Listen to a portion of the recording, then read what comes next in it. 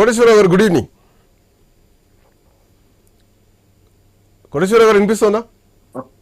వినిపిస్తాను. కోటేశ్వరరావు గారు, సో ఒక ముఖ చిత్రం చూసుకుంటే రెండు వర్షన్స్ కనిపిస్తుంది. ఇందాక నేను నా మాటల్లో చెప్పినప్పుడు ప్రభుత్వం వర్సెస్ ప్రతిపక్షం ఒకటి కనిపిస్తుంటే ప్రభుత్వం వర్సెస్ సినీ పరిశ్రమ ఒకటి కనిపిస్తోంది. సో ప్రజాపాలన ఏం జరుగుతోంది అన్న క్వశ్చన్ ఇక్కడ ప్రజల నుంచి వినిపిస్తోంది. సో పొద్దున్న లేస్తే ఇవే చర్చలు నడుస్తున్నాయి, పొద్దున్న లేస్తే ఇదే డిస్కషన్ నడుస్తోంది. రాష్ట్రంలో ఇంకా చాలా అంశాలు కూడా మాట్లాడాల్సినటువంటి అవసరం ఉంది. ప్రతిపక్షాలు వాటిని తీసుకొస్తున్న కొద్దీ మళ్ళీ పాత పద్ధతిలోకి వెళ్తున్నారు. సో అవే మళ్ళీ చర్చలోకి వస్తున్నాయి. సో అసలు ఏం జరుగుతుంది అన్నటువంటి ఒక కన్ఫ్యూజన్ వాతావరణం కనిపిస్తోంది. సో వీటన్నిటి నేపథ్యంలో అరెస్టుకు రంగం సిద్ధమవుతోందా? కేటీఆర్ కి మెల్లమెల్లిగా ఒక అంటే ఎవిడెన్స్ తో సహా సాక్ష్యాధారాలతో సహా వస్తున్న ఒక గ్రౌండ్ వర్క్ నడుస్తోందా అన్నటువంటి చర్చ బలంగా వినిపిస్తోంది. కోటేశ్వరరావు గారు, ఇప్పుడు దీనిలో ఫార్ములా రేసు విషయంలో 3 అంశాలు ఉన్నాయి. ఒకటి, స్పాన్సర్డ్ సంస్థ వెనక్కిపోయిన తర్వాత దాన్ని హెచ్ఎండిఏ స్వీకరించి అది అమౌంట్ పే చేసింది. సరే, అది హైదరాబాద్ బ్రాండ్ ఇమేజ్ పెంచడానిక, లేకపోతే కేసీఆర్ బ్రాండ్ ఇమేజ్ పెంచడానిక అనేటువంటిది ఎవరి అభిప్రాయం వాళ్ళు చెప్పుకోవచ్చు. దాన్ని జనం నిర్ణయించుకుంటారు. ఇక్కడ నిబంధనలకు విరుద్ధంగా జరిగింది, చెల్లింపు జరిగింది అనేటువంటిది స్పష్టం. కేటీఆర్ కూడా చెప్పాడు, ఎస్ నేను నోటి మాటగా చెప్పాను, చెల్లించారు అని చెప్పేసి అంగీకరించాడు. ఇక్కడ నా అభిప్రాయం ప్రకారం అసలు దోషి లేదా నేరం ఏదైనా శిక్షించాల్సి వస్తే లేదా శిక్షకు గురవ్వాల్సి వస్తే అధికార యంత్రాంగం, ముఖ్యంగా అరవింద్ కుమార్ అనేటువంటి పెద్ద మనిషి ఇరుక్కుపోతాడు అనేది నా అభిప్రాయం.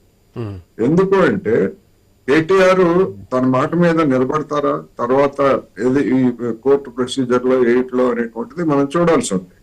లేదు, కేటీఆర్ చెప్పినంత మాత్రాన కేటీఆర్ చెప్పొచ్చు, లేదా ఇంకోళ్ళు చెప్పొచ్చు, దాన్ని కూడా చెప్పొచ్చు.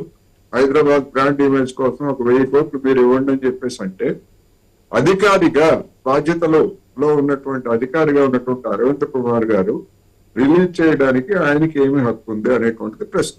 అందువలన డెఫినెట్ గా ప్రొసీజర్ ల్యాబ్స్ ఉంది. ఇక దీనిలో అవినీతి ఉందా లేదా అనేటువంటి దాని మీద కూడా దర్యాప్తు చేయాల్సినటువంటి అవసరం ఉంది. ఎందుకంటే ఆ సొమ్ము వెళ్ళిన తర్వాత అది మళ్ళా మనం కిక్ బ్యాక్స్, ఇటువంటి ఒప్పందాల సమయంలో కిక్ బ్యాక్స్ అనేటువంటివి సాధారణంగా జరుగుతుంటాయి అనేది కామన్ గా ఉన్నటువంటి అభిప్రాయం. అందుకని దానికి సంబంధించి దర్యాప్తు జరగకుండా కిక్ బ్యాక్స్ ఉన్నాయని కానీ లేవని కానీ మనం ఈ దశలో చెప్పలేము. ఇక 3వ అంశము, ఇప్పుడు ఈ రేస్ లేదు, డబ్బు చెల్లించారు, దాన్ని తిరిగి తీసుకొచ్చేటువంటి పద్ధతి ఉన్నదా, లేకపోతే ఉన్నటువంటి లీగల్ గా ఉన్నటువంటి ఆటంకాలు ఏమిటి అనేటువంటిది ఇప్పుడు రాష్ట్ర ప్రభుత్వం ఉన్నటువంటి సమస్య. ఈ క్రమంలో కేసు దాఖలు చేశారు. మనీ లాండరింగ్ జరిగింది అనేటువంటి ఉద్దేశంతో ఈడీ కూడా రంగంలోకి వచ్చింది.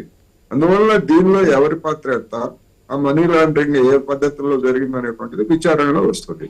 నా అభిప్రాయం ప్రకారం నేను మళ్ళా చెప్తాను, అరవింద్ కుమార్ అనేటువంటి వ్యక్తి ఇప్పుడు ఈ మొత్తం ఎపిసోడ్ లో అతను శిక్షకు గురయ్యేటువంటి అవకాశం ఉన్నది.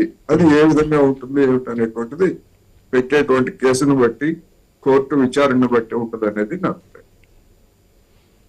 Welcome back to you sir. Prem Gandhi garu, good evening. Good evening. Prem Gandhi garu, so మీరేం చెప్తారు ఉన్న పరిస్థితిని బట్టి? అరే బీఆర్ఎస్ పార్టీ టార్గెట్ గానే అన్ని నడుస్తున్నాయా? సో